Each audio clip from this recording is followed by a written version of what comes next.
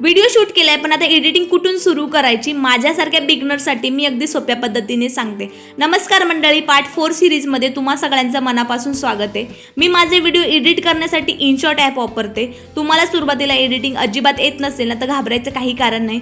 सगळ्यात आधी आपले जे काही व्हिडिओचे क्लिप आहेत ना ते इनशॉटमध्ये ॲड करायचे, मग व्हिडिओ पूर्ण एकदा बघायचा आहे। जिथे चूक झाली आहे, जिथे एक्स्ट्रा पार्ट आहे किंवा गरज नाही तो भाग ना सिम्पली ट्रिम किंवा कट करायचा आहे। त्यानंतर क्लिप्स आपल्या ज्या ऑर्डर आहेत ना त्या सिक्वेन्समध्ये ठेवायच्यात।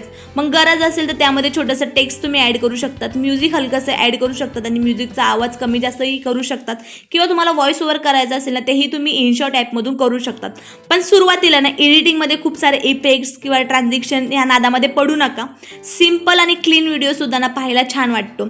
आणि एक गोष्ट ना मी माझा स्वतःचा एक्सपिरियन्समधून सांगते, पहिला व्हिडिओ ना कधीच आपली परफेक्ट होणार नाही आणि त्याची एडिटिंगही परफेक्ट होणार नाही।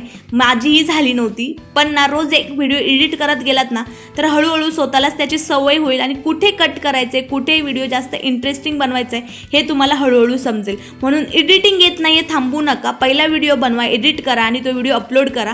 पुढचा व्हिडिओ ना मध्ये थोडं तुमचं अजून बेटर होईल। हा होता आपला कंटेंट क्रिएशन पार्ट 4। पुढच्या पार्टमध्ये भेटूया। अजूनपर्यंत फॉलो सबस्क्राईब केलं नसेल तेवढं मात्र करायला विसरू नका। बाय।